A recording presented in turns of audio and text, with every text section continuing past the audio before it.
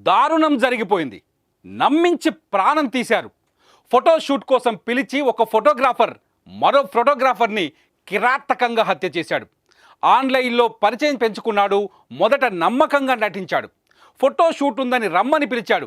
Train దిగిన తర్వాత కారులో ఎక్కించుకున్న ఆ దుండగుడు సాయి అనే యువకుడిని తీసుకెళ్లి అత్యంత కిరాతకంగా హత్య చేసి ఇసుకలో పాతిపెట్టాడు. Avira Women's Day special offer 50% off on IUI IVF valid till 8th March.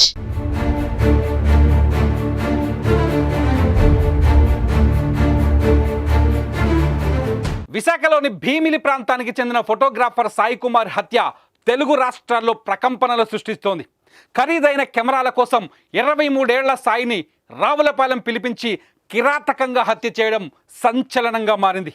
3 రోజులు కనిపించకుండా పోయిన కుమారుడు ప్రాణాలతో తిరిగి వస్తాడనుకున్న తల్లిదండ్రుల చెవిన చావు వార్త పడడంతో తల్లడిల్లిపోతున్నారు. సాయిని నమ్మించి గొంతు కోశాడు షణ్ముఖ్ అనే యువకుడు. 15 లక్షలు విలువ చేసే కెమెరాల కోసమే ఈ దారుణాన్ని కొడిగట్టాడు.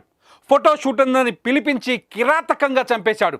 ప్రస్తుతం పోలీసుల అదుపులో ఉన్న షణ్ముఖ్ను విచారిస్తుండగా మరిన్ని సంచలన నిజాలు వెలుగులోకి వస్తున్నాయి.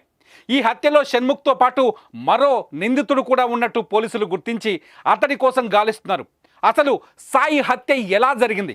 చిక్కుముడిని పోలీసులు ఎలా విప్పారు? పరారీలో ఉన్న మరో నిందితుడు ఎవరు?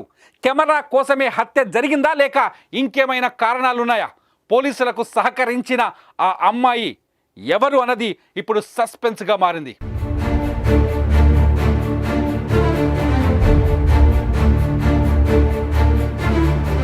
విశాఖ జిల్లా మధురవాడ బక్కన్నపాలెం ప్రాంతానికి చెందిన పోతిన సాయి కుమార్ హత్య ఇప్పుడు పోలీసులకు పెద్ద సవాల్గా మారింది. ఆన్లైన్ ద్వారా బుకింగ్లు తీసుకొని దూర ప్రాంతాల ఈవెంట్లకు వెళ్తుండే సాయికి గత నెల 26న కోనసీమ జిల్లా రావులపాలెంలో వెడ్డింగ్ ఫోటోషూట్ ఉందంటూ కొంతమంది వ్యక్తులు మెసేజ్ పెట్టారు. ఫోన్లు కూడా చేశారు. ఇలా ఫోటోషూట్కు వెళ్ళిన సాయి తిరిగి ఇంటికి రాలేదు. తల్లిదండ్రులు ఫోన్ చేసినా ఫోన్ స్విచ్ ఆఫ్ వచ్చింది. 3 రోజులు కనిపించకుండా పోవడంతో సాయి కుమార్ బంధువులు విశాఖ పిఎం పాలెం పోలీసులను ఆశ్రయించారు. కోనసీమ జిల్లా రావులపాలెంకు చెందిన 2 యువకులు ఫోటోషూట్ ఉందని ఫిబ్రవరి 26న సాయి కుమార్ను పిలిచారు. పెళ్లి ఫోటోలు తీసేందుకు రావులపాలెం వెళ్తున్నట్లు సాయి ఇంట్లో కూడా చెప్పాడు. సుమారు 15 లక్షల రూపాయల విలువైన కెమెరాల సామాగ్రితో సాయి రావులపాలెం బయలుదేరి వెళ్ళాడు. విశాఖ జిల్లా మధురవాడ బక్కన్నపాలెం ప్రాంతానికి చెందిన పోతిన సాయి కుమార్ హత్య ఇప్పుడు పోలీసులకు పెద్ద సవాల్గా మారింది. ఆన్లైన్ ద్వారా బుకింగ్లు తీసుకొని దూర ప్రాంతాల ఈవెంట్లకు వెళ్తుండే సాయికి గత నెల 26న కోనసీమ జిల్లా రావులపాలెంలో వెడ్డింగ్ ఫోటోషూట్ ఉందంటూ కొంతమంది వ్యక్తులు మెసేజ్ పెట్టారు. ఫోన్లు కూడా చేశారు. ఇలా ఫోటోషూట్కు వెళ్ళిన సాయి ఇంటికి తిరిగి రాలేదు. తల్లిదండ్రులు ఫోన్ చేసినా ఫోన్ స్విచ్ ఆఫ్ వచ్చింది. 3 రోజులు కనిపించకుండా పోవడంతో సాయి కుమార్ బంధువులు విశాఖ పిఎం పాలెం పోలీసులను ఆశ్రయించారు. కోనసీమ జిల్లా రావులపాలెంకు చెందిన 2 యువకులు ఫోటోషూట్ ఉందని ఫిబ్రవరి 26న సాయి కుమార్ని పిలిచారు. పెళ్లి ఫోటోలు తీసేందుకు రావులపాలెం వెళ్తున్నట్లు సాయి ఇంట్లో చెప్పాడు.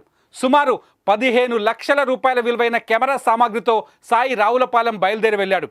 విశాఖ నుంచి రైలు రాజమండ్రికి చేరుకుంది. సాయిని రాజమండ్రిలో కారులో ఎక్కించుకొని రావులపాలెం సమీపానికి తీసుకెళ్లిన 2 యువకులు అతన్ని అత్యంత కిరాతకంగా హత్య చేసి మృతదేహాన్ని ఇసుకలో పూడ్చిపెట్టారు. అనంతరం సాయి కుమార్ కెమెరా ఇతర సామాగ్రిని తీసుకొని పరారయ్యారు.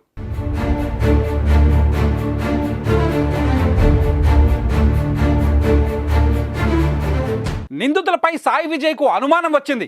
తప్పించుకునేందుకు అవకాశం లేకపోవడంతో కారును ఫోటో తీసి తన తల్లికి పంపించాడు.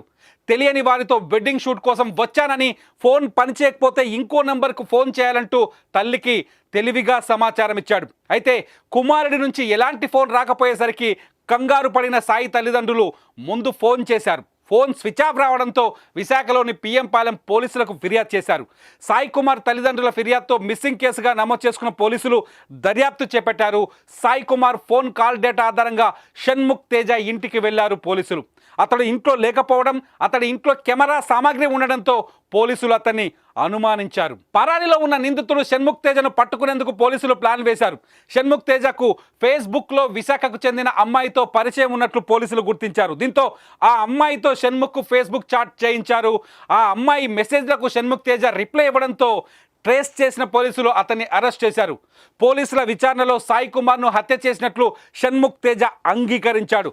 సాయి కుమార్ దగ్గరున్న కెమెరా సామాగ్రి కోసమే అతన్ని హత్య చేసినట్లు నిందితుడు షణ్ముఖ్ తేజ ఒప్పుకున్నాడు. షణ్ముఖ్ సహకరించిన మరో నిందితుడి కోసం పోలీసులు గాలింపు చేస్తున్నారు. అయితే పోలీసులు విచారణలో సంచలన విషయాలు బయటకు వస్తున్నాయి. నిందితుడు షణ్ముఖ్కు నేర చరిత్ర ఉన్నట్టు తెలుస్తోంది. లోకల్ పోలీస్ స్టేషన్లో అతనిపై కేసులు కూడా ఉన్నట్టు తెలుస్తోంది. అమ్మాయిలకు న్యూడ్ కాల్స్ చేసి వేధించేవాడని ఆరోపణలున్నాయి. అతడి నేర చరిత్ర తెలియని సాయి గుడ్డిగా నమ్మి వెళ్ళి ప్రాణాలు కోల్పోయాడు.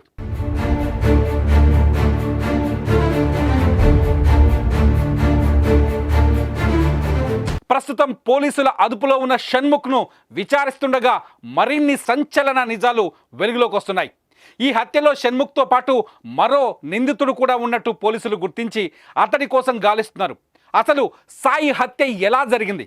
చిక్కుముడిని పోలీసులు ఎలా విప్పారు? పరారీలో ఉన్న మరో నిందితుడు ఎవరు? కెమెరా కోసమే హత్య జరిగిందా లేక ఇంకేమైనా కారణాలున్నాయా? పోలీసులకు సహకరించిన ఆ అమ్మాయి ఎవరు అన్నది ఇప్పుడు సస్పెన్స్గా మారింది.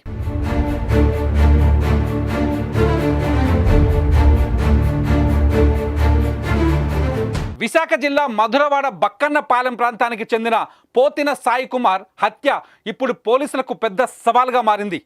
ఆన్లైన్ ద్వారా బుకింగ్లు తీసుకొని దూర ప్రాంతాల ఈవెంట్లకు వెళ్తుండే సాయికి గత నెల 26న కోనసీమ జిల్లా రావులపాలెంలో వెడ్డింగ్ ఫోటోషూట్ ఉందంటూ కొంతమంది వ్యక్తులు మెసేజ్ పెట్టారు. ఫోన్లు కూడా చేశారు. ఇలా ఫోటోషూట్కు వెళ్ళిన సాయి తిరిగి ఇంటికి రాలేదు. తల్లిదండ్రులు ఫోన్ చేసినా ఫోన్ స్విచ్ ఆఫ్ వచ్చింది. 3 రోజులు కనిపించకుండా పోవడంతో సాయి కుమార్ బంధువులు విశాఖ పిఎం పాలెం పోలీసులను ఆశ్రయించారు. కోనసీమ జిల్లా రావులపాలెంకు చెందిన 2 యువకులు ఫోటోషూట్ ఉందని ఫిబ్రవరి 26న సాయి కుమార్ను పిలిచారు.